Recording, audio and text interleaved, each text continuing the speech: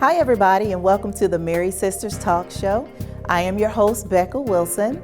This show was created to deal with topics and issues that women are facing today. Whether you are married, single, widowed, or divorced, this show is for every sister. Please be sure to follow us on all of our social media platforms, Facebook, Instagram, Twitter, and every Tuesday on our Married Sistas YouTube channel at 12 noon. If you like our show, please subscribe, like, and share. We are sisters, married sisters, living our best lives, being blessed wives with our misters. We are sisters, we are married sisters. Can we talk about that? Yes, ma'am. Because I just love that. And I love that you asked me about the 7. And you also said at 7, that's when people just figure it out, or they just either just go in different ways. But my husband and I last year, it was an interesting year. And so I had this thought, like, I don't know, like maybe this is it. Maybe we need to. Because you saw the energy go. Yeah, and I had watched it for a while. And so I said, maybe it's time I be honest with myself and say, we're done. Like, this is ridiculous. And then coming into year 7, as we were thinking about just going separate ways, figuring out how to just end it, like let's just be done with this, because this is ridiculous. I just felt this feeling come over me, and it was a God thing. God is like, no, there's more. And so seeing that image there, those 2 things, what God is doing is showing 2 people, because I was already on the journey of just discovering self and fulfilling self. And so just to watch my husband like go into this place of, I'm just really trying to figure out who I am.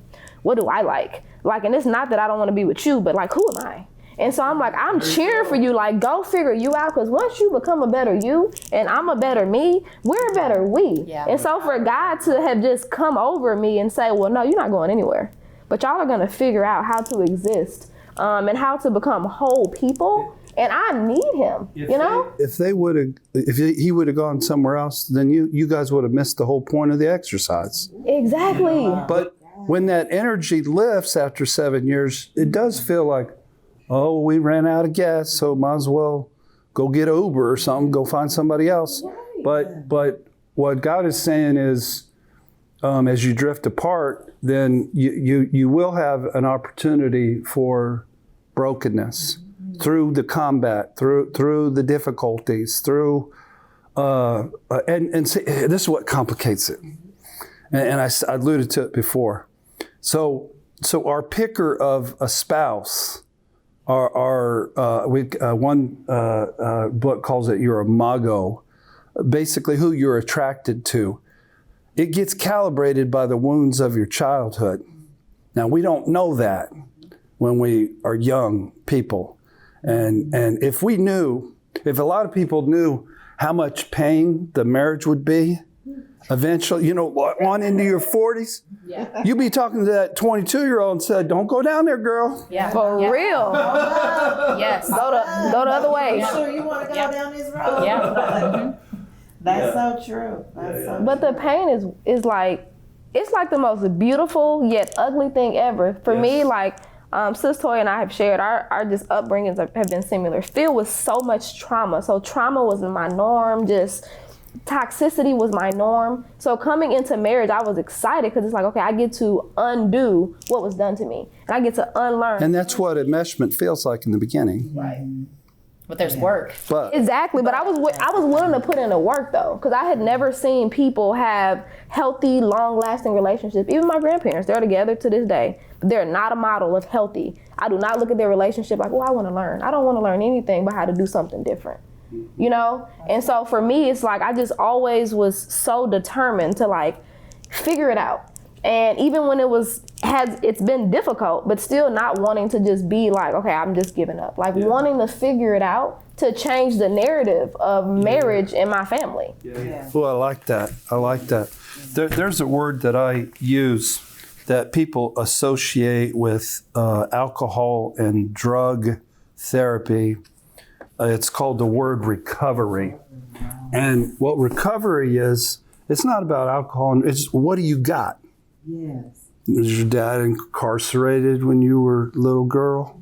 Or whatever happened in everybody's got something. Yeah. Okay? So what I'm hearing, Marche, and you is a fierceness to work on yourself in the context of the pain of marriage. You eat the pain, you face it, you go, quickest way to it, right into it. You lean into it. That's right. Wow. That's right. But it does take two people. Sometimes as you get healthier and you get more fierce, but you learn how to set boundaries. And sometimes it pokes the holes in the other person, and sometimes, they're just not wired to do the work and feel the pain. It's human nature to numb out and there's so many, you just play with your phone all day. You can watch TV, you can get on the computer, you can drink, you can eat. There's so many, you can work too much. So people tend to numb out. And I got a root canal the other day, and root canals get a bad reputation. It wasn't that bad, but a lot of people think therapy is like a root canal. And I said, no, you got it all wrong. Therapy is going to the spa. You get stuff cleansed out and healed, and renewed. There's nothing better than a good old snotty cry to sort of flush out your system. So, Becca, what's coming up for you as we talk about these family dynamic things? Well, listening to that and just now really starting the journey, I'm in my late 40s. I'm in my late 40s. I didn't think about it,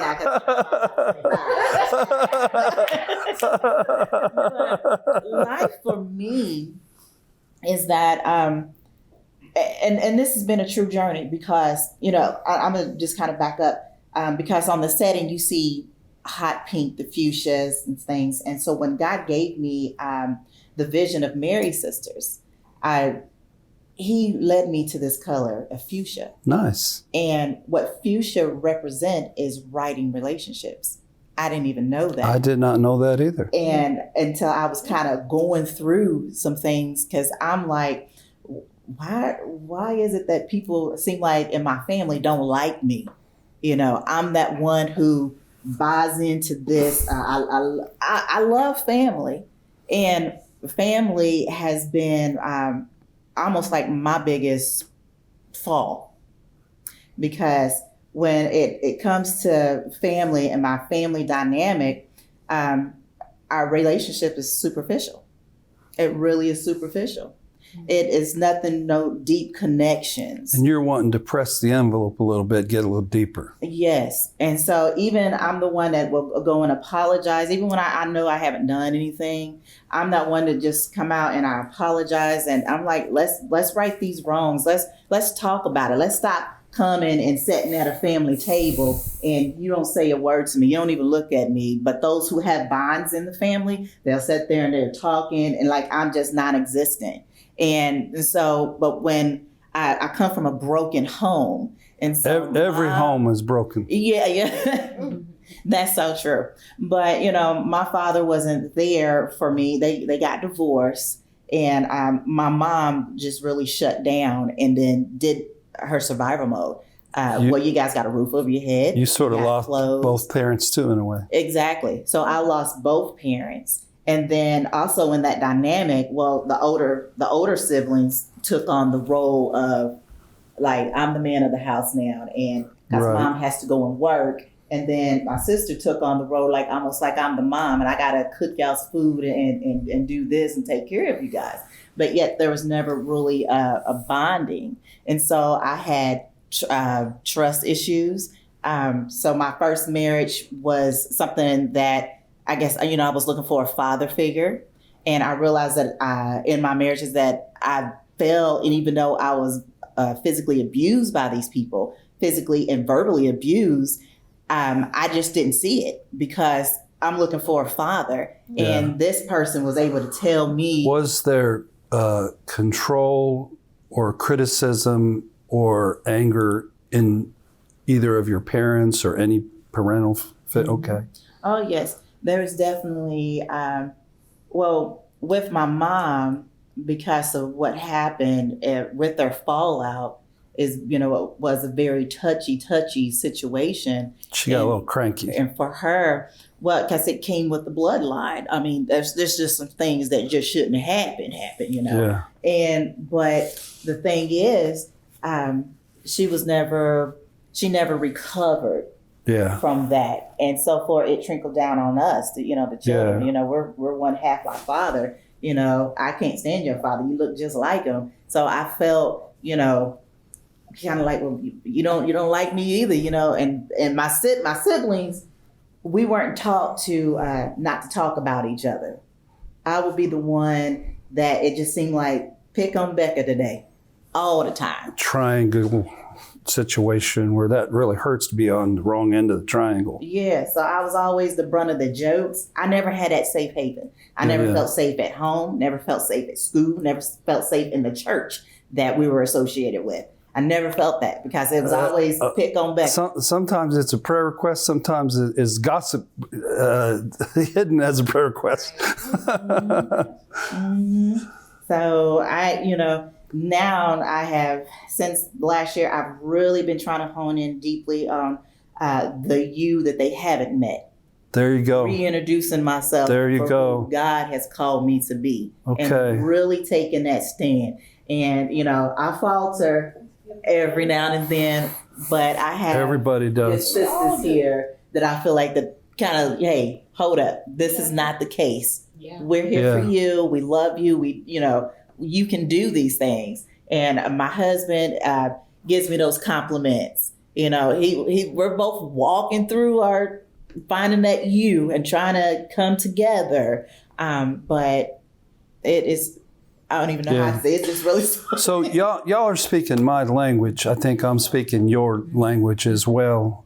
Couple things I'm just joking when I say this, but I say, I get to heaven, I'm going to demand a meeting with God right away. Come on, me too. Which, you too? I'm going to be behind you. You know what? I don't think it's going to impress anybody when we do that.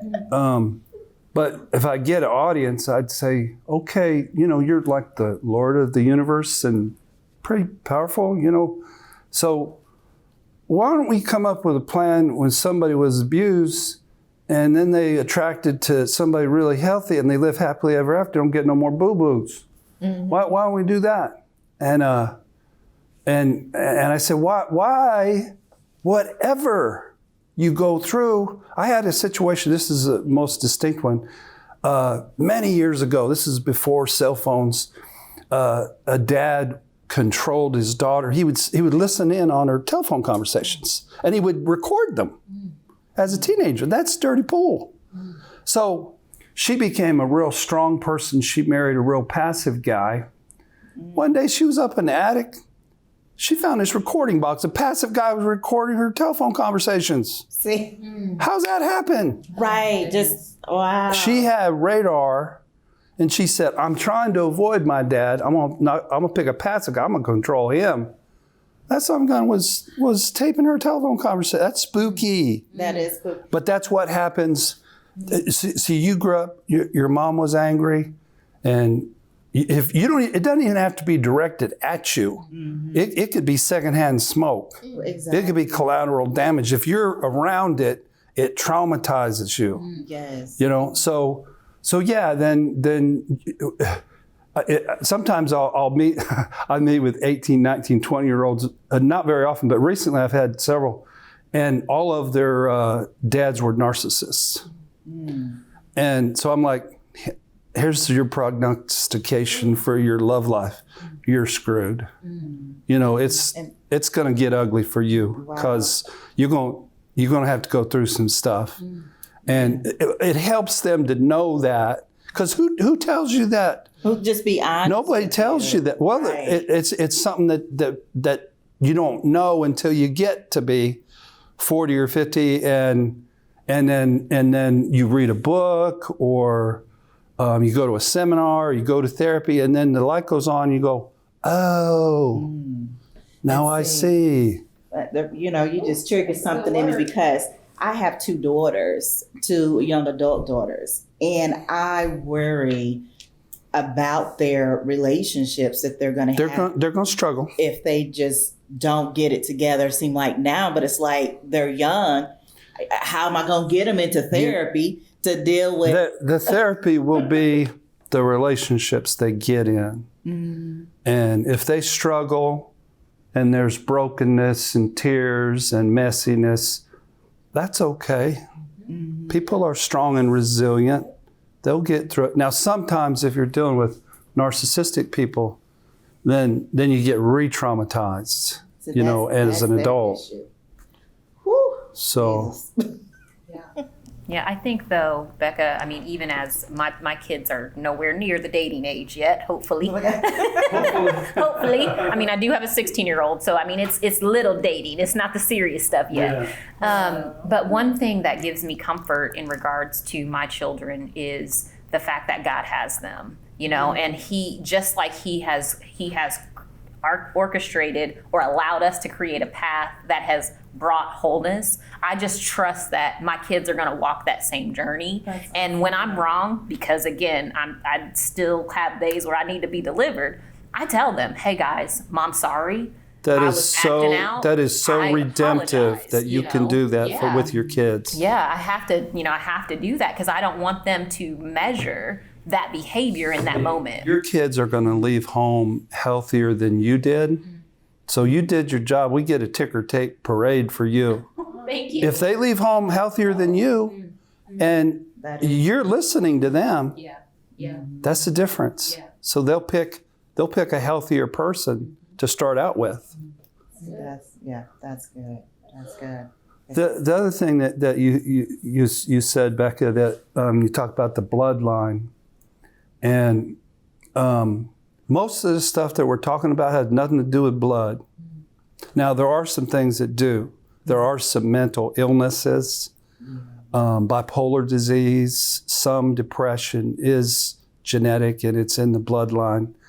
But 95% of it, it's the sins of the fathers going to roll downhill, and you grow up with criticism. What I've got here is I've got 21 patterns. Just for fun, I thought I'd go through common patterns I see all the time, where it could start with the grandparents. Well, everything rolls downhill, but a lot of times what I do is I focus in on of course the parents of these adult couple that comes to me. But sometimes something happened. It could have been being in a concentration camp. And grandparents are great. It could be World War II. It could be, what the biggest one is? Suicide. Anytime in a generation, 2 generations, 3 generations ago, now, current generation, it is by far the biggest powerful thing that affects generations of families. Can we talk about that? Yes, ma'am. I feel like in the Black community especially, that's not something we talk about. And so in my line of work, a lot of people don't talk about it. For real, but my stance is firm, like just with the mental health of like the Black community, because I have like a nonprofit and I just focus on just being mentally well, because we don't focus on that. And so suicide hits home for me. Because I can remember as a young girl being very suicidal before I knew what suicidal was. Mm-hmm. And I can remember my mom telling me my uncle, who I was close to, he committed suicide at my other uncle's house. And so I don't know if I was present, I don't know if I was exposed to it, but I just remember her telling me the story, and I remember having struggles with just suicidal thoughts. And so prior to just doing everything I need to do to make sure that I'm as mentally well as possible, from exercising to not drinking to numb the pain to facing it and journaling and gratitude and stuff, I can remember it would get really dark for me. And when it would get dark, I would just have these suicidal thoughts just come, like I don't need to be here, and so on the outside looking in, I'd imagine people would think like, well, you're this and you do that, like you can't struggle, but no, I have struggled. Mm-hmm. And so I don't think we talk about it enough though, about when it gets dark, like what do you do? Right. Or like it comes from, this is a part of you, or like, and it's okay, but how do you face it, or how do you fight it, or how do you deal with it? We made a video about a month ago where I interviewed 3 men, and either their son committed suicide or their father. I was never so drained after doing an interview, because it's such a powerfully sad story. And then I had 3 or 4 other clients whose dads or brothers had committed suicide, and they just shut off emotionally because it's too big to feel. So they went through their whole rest of their childhood and their adulthood numb. And then why they show up? They show up because the wife says, "Where are you? Yeah. There's a bubble around you," and she comes rapping on the bubble. Yeah. And they show up in front of me, and then I find out Dad committed suicide. So we got to talk about this.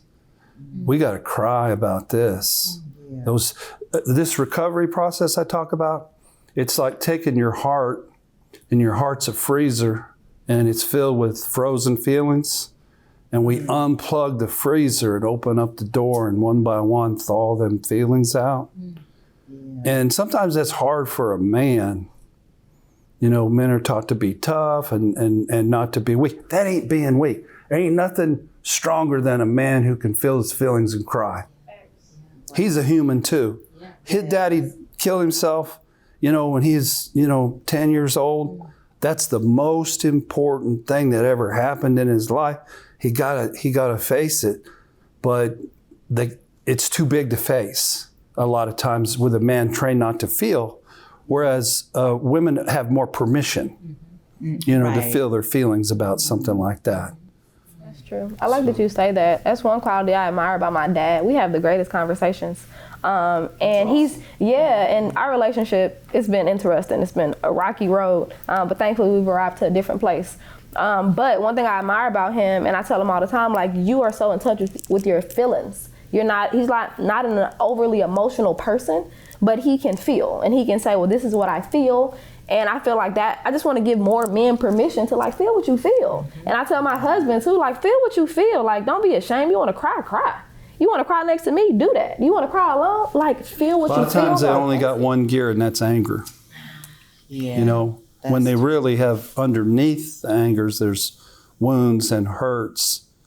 I was working with a couple last night, and this is one of the things that I see is when in the previous generation somebody had abandonment issues, and somebody abandoned them, like somebody had an affair. So there's all kinds of trauma and drama and fighting and screaming, and little boy gets woke up, hearing the fighting, and he just almost start trembling with anxiety, and trauma. And so then he grows up, and what's going to happen? Well, he's going to recreate his childhood. He has an affair, and he was married to somebody with abandonment issues. And then he's living in the same thing, and he don't even know it. Yeah. It never crossed his mind. This is my childhood all over again. But he's extra sensitive to it. And that's what I do is you know what good therapy is about? It's the same thing good faith is about. It's about the truth. Yes. Let's get down to the truth. Yeah. Let's find out who you are, where you came from. One of my favorite movies was the miniseries Roots. And I read the book, and in the book, it had this scene where Kunta Kinte was getting off the ship. He just arrived, and he was seeing a lot of slaves that had been there for a while. Mm-hmm. And he said he knew which tribe they came from. Mm-hmm.